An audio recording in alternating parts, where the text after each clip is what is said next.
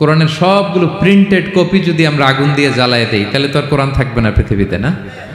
হ্যাঁ, আমরা আমাদের তাকরিম সলে আহমদ তাকরিমের মতো 10 জন ওয়ার্ল্ড ক্লাসের হাফেজদের বসাইলেই উইদিন 3 days আমি আরেকটা কপি বানাই ফেলতে পারবো। কি বলেন, পারা যাবে না? গোটা বিশ্বে আমাদের যে হুফাজ, এদের মধ্যে ওয়ার্ল্ড ক্লাস যে হাফেজ, এরকম 10 জন লাগবে শুধু আমার। গিভ মি জাস্ট 3 days, আমরা আরেকটা কোরআন বের করে ফেলতে পারবো। কারণ আমরা শুধু কোরআন লিখে রাখি না, এই সিনার ভিতরে খোদাই করে রাখি, ঠিক কি না?